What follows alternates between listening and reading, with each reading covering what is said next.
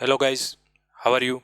આપણે આજે સંઘાત વિશે ભણવાના છીએ. ભાઈ, સંઘાતનો સિદ્ધાંત શું છે? રાસાયણિક પ્રક્રિયા માટે સંઘાતનો સિદ્ધાંત શું છે? તો સંઘાતનો સિદ્ધાંત શું કહે કે કોઈ પણ રાસાયણિક પ્રક્રિયામાં સંઘાત માટે એ લોકોએ શું કર્યું? તો ભાઈ, કોઈ પણ અણુ કે પરમાણુને એક ગોળા તરીકે ગણી લીધા, અને જ્યારે ગોળાઓ અથડાઈ જાય એકબીજા સાથે સંઘાત અનુભવે છે પછી જ નીપજ આપે છે. તો એમાંથી સંઘાત સિદ્ધાંત પ્રમાણે એ લોકોએ શરૂઆતમાં શું કર્યું હતું? ભાઈ, બે પ્રકારની સંઘાત થાય. એક કયા પ્રકારની? તો ફળદાયક સંઘાત અને ફળદાયક ન હોય તેવી સંઘાત. તો એ લોકોએ શેના વચ્ચેનો ડિફરન્સ, કેના વચ્ચેનું આખું સમીકરણ સાબિત કર્યું? તો ટ્રેટોસ નામના સાયન્ટિસ્ટે, ટ્રેટોસ અને લુઈસે આ સંઘાત સિદ્ધાંત આપ્યો. તો સંઘાત સિદ્ધાંત પ્રમાણે એ લોકોએ શું કીધું કે ભાઈ, રાસાયણિક પ્રક્રિયાનો વેગ એ પ્રક્રિયાઓના સંઘાત ઉપર આધાર રાખે છે. ભાઈ, કેટલો સંઘાત થાય છે, એમાંય ખાસ કરીને કયો સંઘાત? તો એમાં ફળદાયક સંઘાતનું આવૃત્તિ કેટલી? તો એને એ લોકોએ નામ આપ્યું સંઘાત આવૃત્તિ. સંઘાત આવૃત્તિને શેના વડે દર્શાવાય છે? ખાસ સમજી લેજો, સંઘાત આવૃત્તિ ઉપર આધાર રાખશે એવું કીધું હતું. સંઘાત આવૃત્તિને શેના વડે દર્શાવાય છે? ઝેડ વડે. ઝેડ સંઘાત આવૃત્તિ એટલે શું? તો થતી ફળદાયક અથડામણો એકમ કદે એકમ સેકન્ડમાં અથડામણો થતી હોય, કે કેવી અથડામણો થતી હોય કે જે અથડામણોથી નિપજ બને, જે અથડામણોથી નિપજ બને અથવા તો મધ્યવર્તી નિપજ, ફળદાયક અથડામણો થતી હોય, અથવા તો એવી અથડામણો કે જેમાં ઉર્જા કેવી છે? સક્રિયકરણ ઉર્જાથી વધારે હોય. આ અથડામણોમાં ઉર્જા શું હોય છે? સક્રિયકરણ ઉર્જા અથવા તો એનાથી કેવી છે? વધારે છે. પ્રક્રિયકોની ઉર્જા, જો પ્રક્રિયકોની ઉર્જા, ફળદાયક અથડામણ ક્યારે થાય? તો આપણે કાલે જ વાત કરી કે પ્રક્રિયકોની ઉર્જા શું હોવી જોઈએ? પ્રક્રિયકોની ઉર્જા શું હોવી જોઈએ? સક્રિયકરણ ઉર્જા કે તેથી શું હોય છે? સક્રિયકરણ ઉર્જા કે તેથી વધારે હોય તો તેવા પ્રક્રિયકોના સંઘાતથી શું ઉદ્ભવશે? તો મધ્યવર્તી સંકીર્ણ બને છે. મધ્યવર્તી સંકીર્ણ, જેને આપણે શું કહીએ છીએ? મધ્યવર્તી નિપજ બને છે. ક્યારે બને છે? તો આને સંઘાત માટે શું કીધું? તો એવાનો સંઘાત કે જે પરમાણુઓની કે જે સક્રિયકરણ ઉર્જા કેવી છે? તો ભાઈ, સક્રિયકરણ ઉર્જા કરતાં વધારે હોય તો ત્યારે અથડાય, ત્યારે શું કીધું? તો ત્યારે શું બનશે? તો મધ્યવર્તી સંકીર્ણ બનશે એવું એને કીધું. અને મધ્યવર્તી સંકીર્ણ બને છે તો એ બનવા માટે કેટલી સંઘાત થાય છે? એ કેટલા એવા અણુઓની સંઘાત થાય છે કે જે અણુઓની ઉર્જા સક્રિયકરણ કરતાં વધારે હોય એવા અણુઓની સંઘાત એને ગણી, અને એ અણુઓની સંઘાત ઉપરથી એને શું આપ્યું? સંઘાત આવૃત્તિ આપી. સંઘાત આવૃત્તિ એટલે શું? એકમ સમયમાં અને એકમ કદે અણુઓની સંઘાતની સંખ્યા. કેવા અણુઓના સંઘાતની સંખ્યા? કે જે અણુઓની શું હોય? કેવા અણુઓના સંઘાતની સંખ્યા? ખાસ સમજો, કેવા અણુઓના સંઘાતની સંખ્યા કે જે અણુઓની ઉર્જા કેટલી હોય? સક્રિયકરણ ઉર્જા જેટલી કે તેથી કેવી હોય? સક્રિયકરણ ઉર્જા જેટલી કે તેથી વધારે હોય એવા અણુઓની સંઘાત જે એકમ સમયમાં અને એકમ કદમાં થાય છે એને એ લોકોએ શું નામ આપ્યું? સંઘાત આવૃત્તિ. કોને? ટ્રોટેસ અને લુઈસે. અને સંઘાત આવૃત્તિ ઉપરથી એને વેગ અને સંઘાત આવૃત્તિને સાંકળતું એક સમીકરણ આપ્યું. દાખલા તરીકે કોઈ એક પ્રક્રિયા એ અને બી માંથી નિપજ બનતી હોય તો આ પ્રક્રિયા માટે સંઘાત આવૃત્તિ ZAB -EA અપોન RT. આ સમીકરણ શેને સાંકળે છે? તો વેગ અને સંઘાત આવૃત્તિને સાંકળતું સમીકરણ કોને આપ્યું છે? તો ભાઈ, વેગનો આધાર શેના ઉપર છે? તો સંઘાત આવૃત્તિ. અને બીજો કના ઉપર છે? તો સક્રિયકરણ ઉર્જા ઉપર છે. આ સમીકરણ ઉપરથી આપણે એવી ખબર પડે, ભાઈ, વેગનો આધાર શેના ઉપર છે? તો સક્રિયકરણ ઉર્જા અને સંઘાત આવૃત્તિ ઉપર છે. પણ આગળ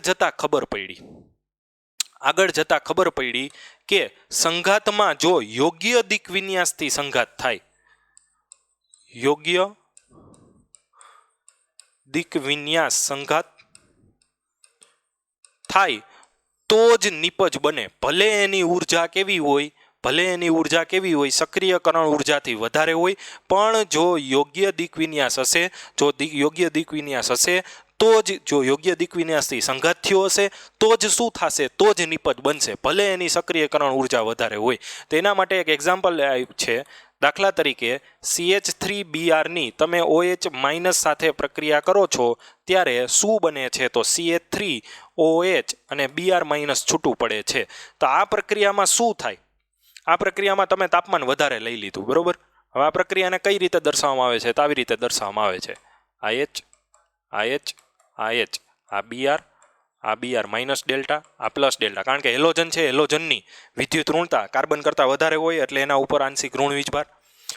અહીંથી હવે જો આવો સંઘાત થાય, હરખું સમજો વસ્તુ, જો આવો સંઘાત થયો, જો અહીંથી OH આની ઉપર અહીંથી અટેક કરે, આ બાજુથી OH અહીંયા Br ઉપર અટેક કરે, પણ અહીંયા OH ને ક્યાં જોડાવાનું છે, સરખું સમજજો, OH ને Br ના સ્થાને જોડાવાનું છે, એટલે કાયદેસર તો એને C સાથે જોડાવાનું છે. જો અહીંયા OH આ સાઈડથી C સાથે જોડાવાનો પ્રયાસ કરે તો શું થશે, તો OH ને અહીંયા રસ્તામાં કોણ મળશે, Br- મળશે, અને OH એ કેવું છે, માઇનસ છે. તો આ બે વચ્ચે શું થશે, અપાકર્ષણ. આ બે વચ્ચે શું થશે, અપાકર્ષણ. અને અપાકર્ષણને કારણે અહીંયા મધ્યવર્તી સંકીર્ણ બનશે નહીં. તો આ યોગ્ય દિક વિન્યાસથી આ બેયની ઉર્જા કેવી હતી, તો E1 કરતાં વધારે હતી. આ બેયની ઉર્જા કેટલી હતી, E1 કરતાં વધારે એટલે શું, સક્રિયકરણ ઉર્જા કરતાં વધારે હતી, છતાંય સંઘાત થયો, અને સંઘાત થતા મધ્યવર્તી સંકીર્ણ બનતું નથી. શું કામ નથી બનતું, કારણ કે અહીંયા દિક વિન્યાસ સરખો નથી. દિક વિન્યાસ શું કામ સરખો નથી, કારણ કે આ સાઈડથી એને અટેક કર્યો છે, આ સાઈડથી અટેક કરવા જાય તો રસ્તામાં કોણ નડે, Br નડે, અને Br અને OH વચ્ચે શું છે, બે માઇનસ છે, બે ઋણ છે, તો શું થાય, અપાકર્ષણને કારણે મધ્યવર્તી નિપજ બની જ ન શકે. ભલે બે પ્રક્રિયકોની સક્રિયકરણ ઉર્જા E કરતાં શું છે, વધારે છે.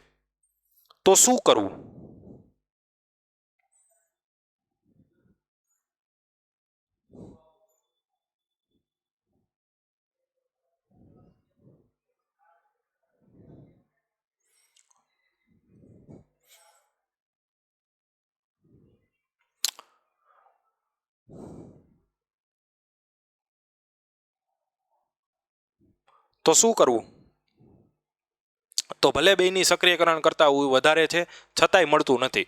તો શું કરવું પડે, તો યોગ્ય દિક વિન્યાસથી સંઘાત થવો જોઈએ, યોગ્ય દિક વિન્યાસ સાથે સંઘાત થવો જોઈએ. તો યોગ્ય દિક વિન્યાસ સાથે સંઘાત થવો એટલે શું, કે દાખલા તરીકે C, આ H અને આમ અત્યારે દર્શાવ્યું છે, આમાં કાંઈ ફેર ન પડે, આપણે ખાલી સંઘાત સમજાવી છે. હવે જો OH એને ક્યાંથી અટેક કરે, આ C ને ક્યાંથી અટેક કરે, પાછળથી અટેક કરશે, તો શું થશે, તો અહીંયા તમને આ માઇનસ ડેલ્ટા, તો અહીંયા તમને શું મળશે, મધ્યવર્તી સંકીર્ણ બને છે. તો અહીંયા શું બને છે, મધ્યવર્તી સંકીર્ણ બને છે.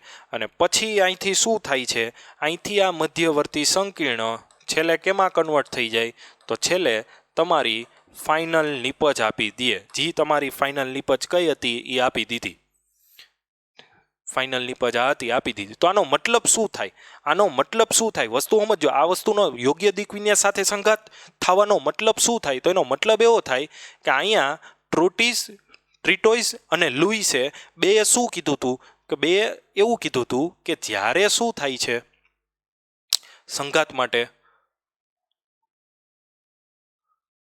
એ બે શું કીધું હતું સંઘાત માટે, કે ભાઈ સંઘાત આવૃત્તિ ઝેડમાં શું દર્શાવ્યું હતું, ભાઈ વેગનો આધાર, આ વેગનું એને સમીકરણ શું આપ્યું હતું, વેગ ZAB E માઇનસ EA/RT, જ્યાં ZAB એટલે શું, તો એવા અણુઓની સંઘાત કે જેની સક્રિયકરણ ઉર્જા કરતાં વધારે ઉર્જા હોય. ZAB એટલે શું, સંઘાત આવૃત્તિ એટલે શું, એકમ સેકન્ડે એકમ સેકન્ડે અને એકમ કદે થતી સંઘાત. કેની થતી સંઘાત? તો એવા અણુઓની સંઘાત કે જેની ઉર્જા કેવી હોય, સક્રિયકરણ ઉર્જા જેટલી કે તેથી વધારે હોય. તો એ એવું માની નાખ્યા હતા કે અહીંયા ઝેડ એબી છે એ કોની ઉર્જા છે? તો ભાઈ ઝેડ એબી જે સંઘાત આવૃત્તિ છે એ શું આપશે?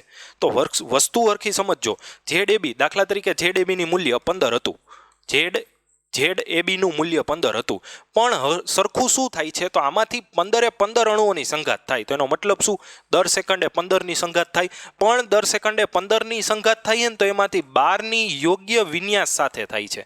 12ની યોગ્ય દિક વિન્યાસ સાથે થાય છે. અને 3ની સંઘાત કેવી થાય છે? 3ની સંઘાત કેવા દિક વિન્યાસ સાથે થાય છે?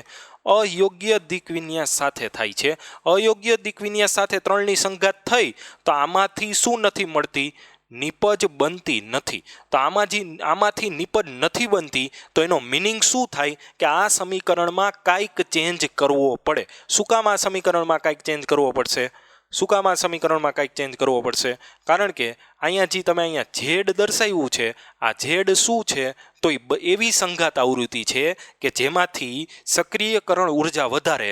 પણ એને એવું કીધું, આગળ એવી ખબર પડી કે ભાઈ સક્રિયકરણ ઉર્જા વધારે હોય એવા અણુઓ સક્રિયકરણ ઉર્જા કરતાં વધારે ઉર્જા હોય એવા અણુઓ દર વખતે સંઘાત કરીને શું નથી આપતા? દર વખતે સંઘાત કરીને શું નહીં આપે?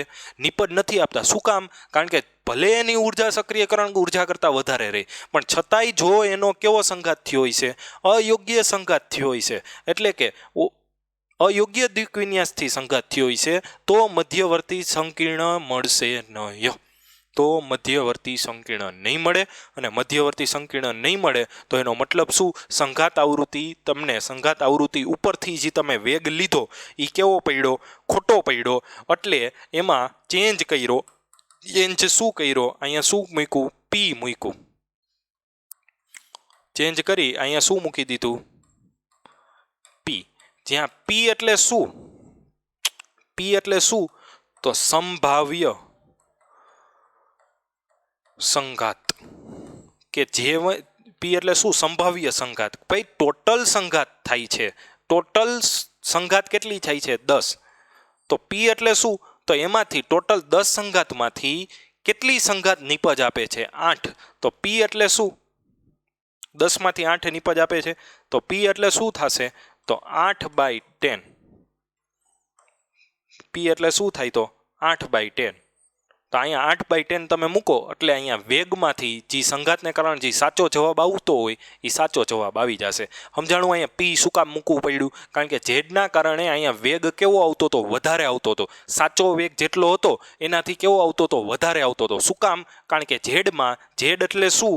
ઝેડમાં કેવી સંઘાતો લઈ લીધી હતી કે ભાઈ એવી બધી ઝેડમાં સંભાવ્ય સંઘાત નિપજ આપશે એવી બધી સંઘાત કોને લઈ લીધી? ઝેડ એટલે શું? સંઘાતવ્યોમાં શું હતું? ભાઈ જેની ઉર્જા સક્રિયકરણ કરતા ઉર્જા હોય નિપજ આપશે એવું લઈને એને ઝેડે લઈ લીધું હતું. પણ હકીકતે ખબર પડી કે ભાઈ જેની ઉર્જા સક્રિયકરણ ઉર્જા કરતા વધારે હોય ને એ બધાય નિપજ નથી આપતા. જેની ઉર્જા સક્રિયકરણ ઉર્જા કરતાં વધારે હોય એ બધાય નિપજ નથી આપતા. તો શું કરવું પડે? તો એમાંથી કેટલા નિપજ આપે છે, કેટલા યોગ્ય દિક વિન્યાસથી અથડામણ થાય તો નિપજ આપે છે, તો એનો રેશિયો શોધો. અને એનો જે રેશિયો આવે એને શેના વડે ગુણી નાખો? એને પી કર્યો અને એને આખા સમીકરણ વડે ગુણી નાખી એટલે અહીંયા વેગનો જવાબ કેવો મળવા માંડે? સાચો મળવા માંડે. સમજાણું? રેડી. તો જોઈ લઈ. તો સંઘાત સિદ્ધાંત મેક્સ સ્ટોર્ટસ અને વિલિયમ લુઈસે આપ્યો હતો જે વાયુઓની ગતિ ઉર્જા પર આધારિત હતો. આ સિદ્ધાંત પ્રમાણે પ્રક્રિયકના અણુઓને સખત ગોળાઓ તરીકે અને પ્રક્રિયાને અણુઓ અથડાય ત્યારે તે વિશે અભિધારણા કરવામાં આવી. મિશ્રણના પ્રતિ સેકન્ડે પ્રતિ એકમ કદે સંઘાતની સંખ્યાને શું કીધી? સંઘાત આવૃત્તિ ઝેડ તરીકે ઓળખવામાં આવે છે. બીજું પરિબળ જે રાસાયણિક પ્રક્રિયા અસર કરતા એ સક્રિયકરણ ઉર્જા છે. આ પ્રક્રિયા માટે સંઘાત આવૃત્તિ ઝેડ એબી હોય તો ઝેડ એબી બરાબર ઈ માઇનસ ઈ એ અપોન આરટી. જ્યાં ઝેડ એપી એ પ્રક્રિયકો એ બીની સંઘાત આવૃત્તિ હતી. ઈ એ કરતાં વધારે ઓછી ઉર્જા ધરાવતા અણુઓનો શું છે? અંશ છે. અહીંયા ઈ એ શું લીધું છે? તો ઈ એ કરતાં જેટલી કે વધારે ઓછી ઉર્જા ધરાવતા અણુઓનો અંશ. હવે આને તમે આયનિયસના સમીકરણ સાથે સરખાવો તો ચોખ્ખી ખબર પડે. આને આયર્નસના સમીકરણ સાથે સરખાવો, ચોખ્ખી ખબર પડે ઝેડ અને એ બે અચળાંકને કાંઈક સંબંધ હશે.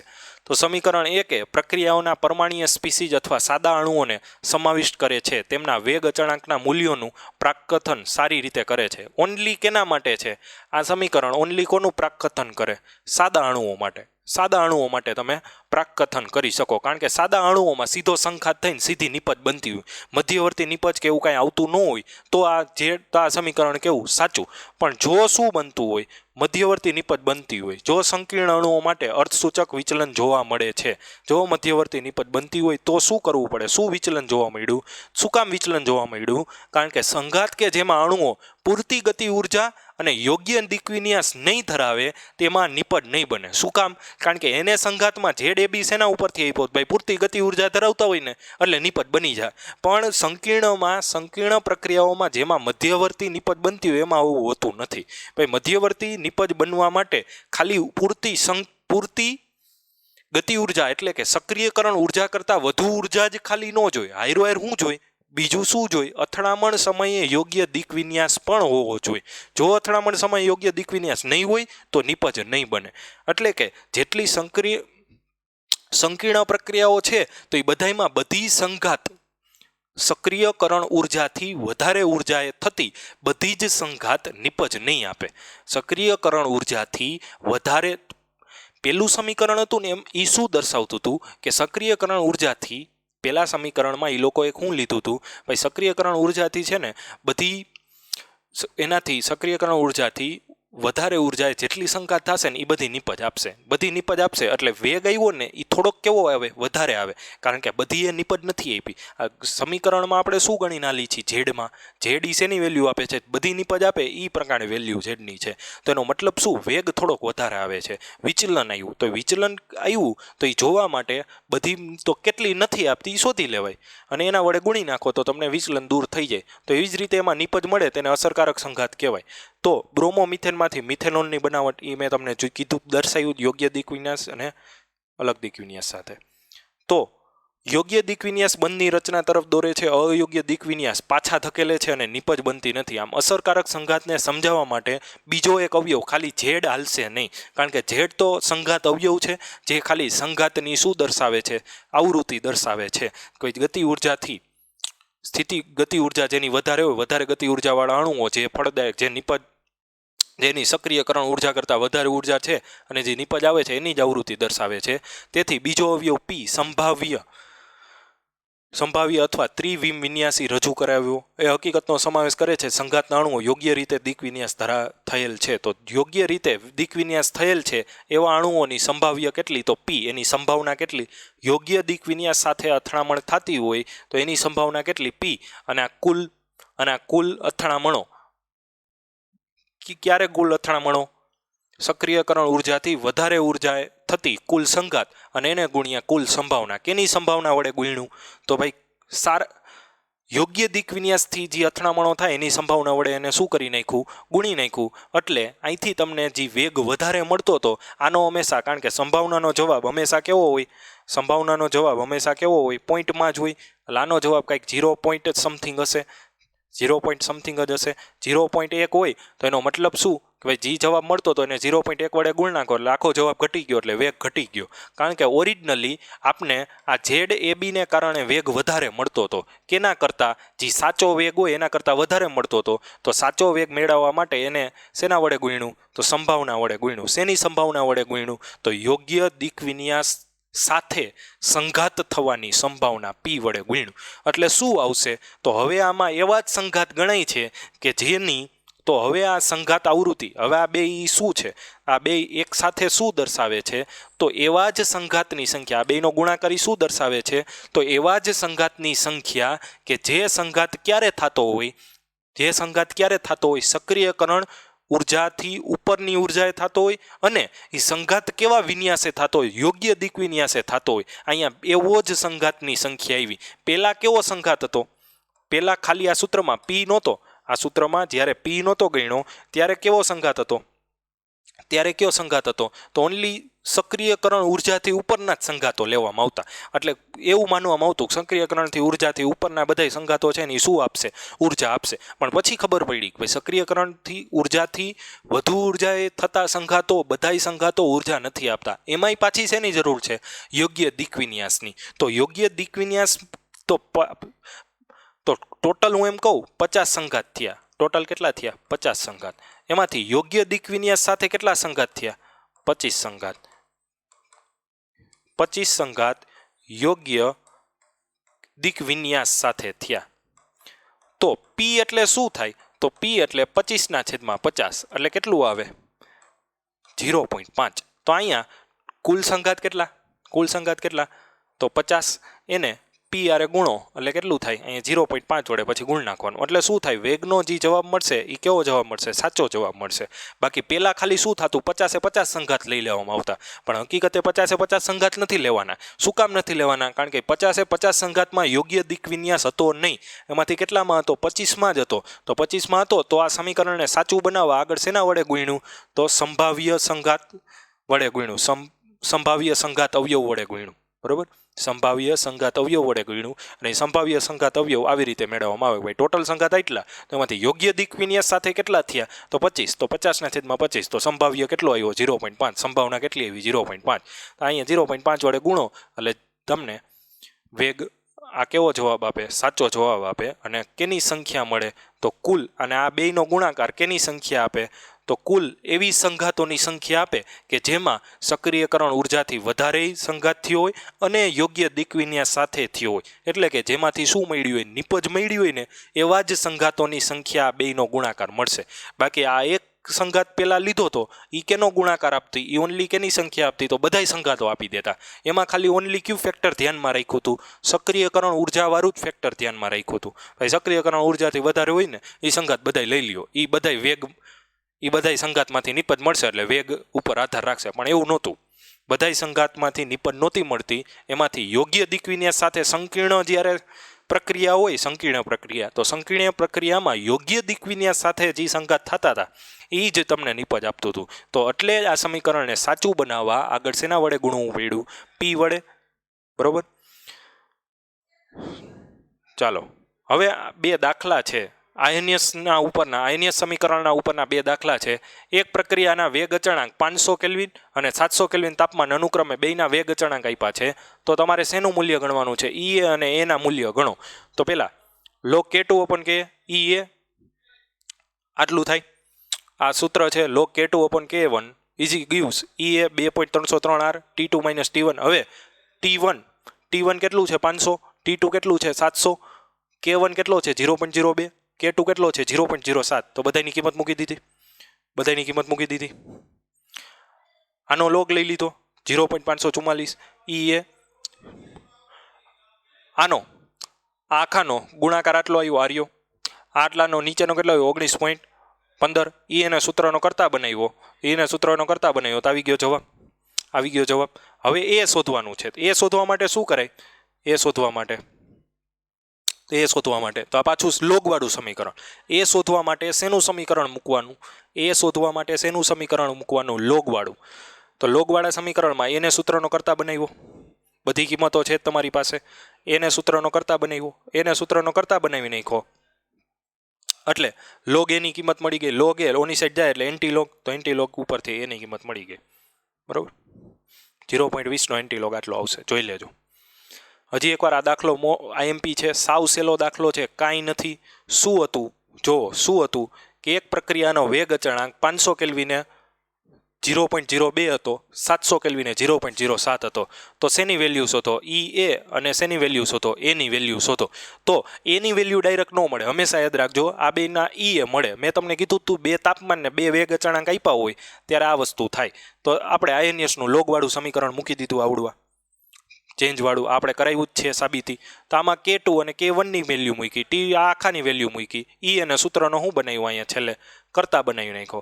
ઈ અને સૂત્રનો કરતા બનાવી નાખો. ઈ એની વેલ્યુ આવી ગઈ. હવે પછી શેની મળે? એની શોધવા માટે પાછું એનું સમીકરણ, એક સિમ્પલ સમીકરણ લીધું જે આ એલએનમાંથી આપણે મેળવેલું હતું, આ લોગવાળું. એમાંથી લોગ એને સૂત્રનો કરતા બનાવ્યો એટલે આવી ગયું. પછી લોગ ઓની સાઈડ જાય એટલે શું થઈ જાય? એન્ટી લોગ થઈ જાય. પછી બીજો એક દાખલો છે 600 કેલ્વિન તાપમાને સક્રિયકરણ ઉર્જા આપી છે, તેની સક્રિયકરણ ઉર્જા કેટલી છે? 209 કિલો જૂલ છે. અને વેગ અચળાંક ગણો તો પેલા શું આપ્યું છે? 600 એ વેગ અચળાંક આટલો છે અને સક્રિયકરણ ઉર્જા તો શું કીધું છે?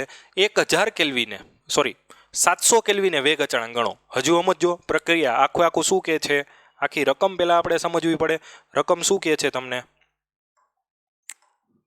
600 એ વેગ અચળાંક આટલો છે, 600 એ વેગ અચળાંક આટલો છે.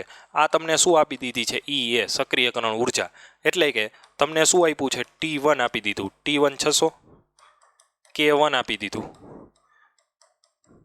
K1 આપી દીધું, T2 આપી દીધું 700 અને શોધવાનું શું છે તમારે? K2 શોધવાનું છે. સમજાણું કાંઈ? શું શોધવાનું? આ બધું આપેલું છે, K2 શોધવાનું. આરામથી મળી જાય. મૂકો કિંમત, આપણી પાસે છે જ, બધી કિંમત મૂકી દો, બધી કિંમત મૂકી દો. હવે અહીંયા log K2 upon K1 થાય. અહીંયા સમીકરણ શું છે તમારી પાસે? અહીંયા સમીકરણ આવું છે ને, તમે ઓરિજિનલ સમીકરણ જોશો, અહીંયા શું છે? log K2 upon K1. પણ log K2 upon K1 ને કઈ રીતે લખી શકાય? તો log K2 minus log K1 લખી શકાય. આ ખાસ સમજજો. log K2 upon K1 ને શું લખી શકાય? તો log K2 minus log K1 લખી શકાય. તો અહીંયા મેં લખી નાખ્યું log K2 માઇનસ K1 એ T2.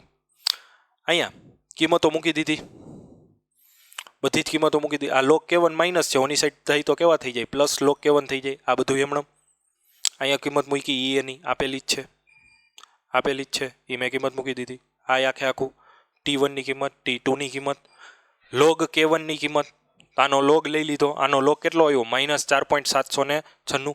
આનો આખાનો જવાબ કેટલો આવ્યો? 2.549. સરવાળો બાદબાકી કર્યા કેટલો આવ્યો? -2.197. લોગ છે તો ઓની સાઈડ ગયું તો એન્ટી લોગ થાય. એન્ટી લોગ થાય તો એન્ટી લોગ આનો કઈ રીતે લેવો પડે? આને 3માંથી બાદ કરવા પડે. માઇનસ છે, માઇનસનો એન્ટી લોગ માટે હંમેશા એની આગળની પૂર્ણ સંખ્યામાંથી બાદ કરવું પડે. 3 - 2.197. આ જેટલા હોય એટલી 10ની કેટલી ઘાત આવી જાય? અહીંયા જેટલા હોય એટલી માઇનસ ઘાત આવી જાય. નાનો એન્ટી લોગ લઈ લેવાનો 2.19નો. 2. આમાંથી બાદ કર્યું એટલે કેટલું આવ્યું? 0.803. તો 0.80નું કેમાં જોવાનું? 3માં. 0.80નું 3માં જોવાનું. એન્ટીલોગ લેવાની રીત છે, જ્યારે માઇનસનો એન્ટીલોગ લેવાનો હોય ત્યારે એની આગળની પૂર્ણ સંખ્યામાંથી બાદ કરો એટલે જે આવે આંકડો એનો એન્ટીલોગ લેવાનો, અને જે પૂર્ણ સંખ્યામાંથી બાદ કરી હોય ને એટલી 10ની કેટલી ઘાત ચડાવી દેવાની? માઇનસ. તો કેટલો જવાબ આવ્યો? આનો એન્ટીલોગ કેટલો આવ્યો? તો 6.3. એ જોશો 0.80નું 3માં જોશો એટલે 6.3. બરોબર. તો અહીંયા તમારા બધા જ દાખલાઓ અને બધા જ થિયરી સાથે બધા દાખલાઓ અને બધી થિયરી સાથે અહીંયા તમારું ચેપ્ટર પૂર્ણ થાય છે. આ ચેપ્ટરના છેલ્લો વિડીયો છે અને આજની લિંકમાં તમને આ PDF મળી જશે. આ જ PDF જે હું કરાવું છું એ આજની લિંકમાં મળી જશે. અને આની પહેલાં મેં અત્યાર સુધીમાં આ ચેનલમાં 2 ચેપ્ટર મેં એટલે કે અજય સરે પૂરા કરેલા છે. એક પહેલું ચેપ્ટર 5મું હતું અને બીજું ચેપ્ટર આ 4થું. તો 5મું ચેપ્ટર એનો છેલ્લો લેક્ચર છે, એના ડિસ્ક્રિપ્શનમાં 5મા ચેપ્ટરની PDF છે. આ 4થું ચેપ્ટર એનો છેલ્લો લેક્ચર, આજનો લેક્ચર જે આજે તમે જોવો છો, તો આજના લેક્ચરમાં એની PDF છે. તો ડિસ્ક્રિપ્શન બોક્સમાં અથવા તો એનું ડિસ્ક્રિપ્શન લખેલું હોય તો એમાં જોજો. ગૂગલ ડ્રાઈવની તમને લિંક મળી જશે. તો એ PDF તમે ડાઉનલોડ કરી એનો ખાસ કરીને અભ્યાસ કરવો અને પછી આ ચેપ્ટર તમારે જે સમજાવું છું એ વિડીયો ખાસ જોવા પાછા ફરીથી એકવાર. 2 વાર વિડીયો જોવાય તો પ્રયાસ કરો કે 2 વાર જોઈ શકાય, જેથી ચેપ્ટર પરફેક્ટ આપણે તૈયાર થઈ જાય. જીનિટ લેવલના બધા MCQ આપણે સોલ્વ કરી શકીએ. બરાબર. ખાસ કરીને જીનિટ લેવલના MCQ સોલ્વ કરવા માટે થિયરી અને દાખલા ઉપર આમાં વધારે ફોકસ કરવાનું છે. જે મેં દાખલા કરાવ્યા એ રીતના દાખલા શોધો અને કરો, જેથી પરફેક્ટલી આ ચેપ્ટર આપણી કીધે શું થાય? પૂર્ણ થાય. Okay, thank you. હવે નેક્સ્ટ ચેપ્ટર માટે મળશું.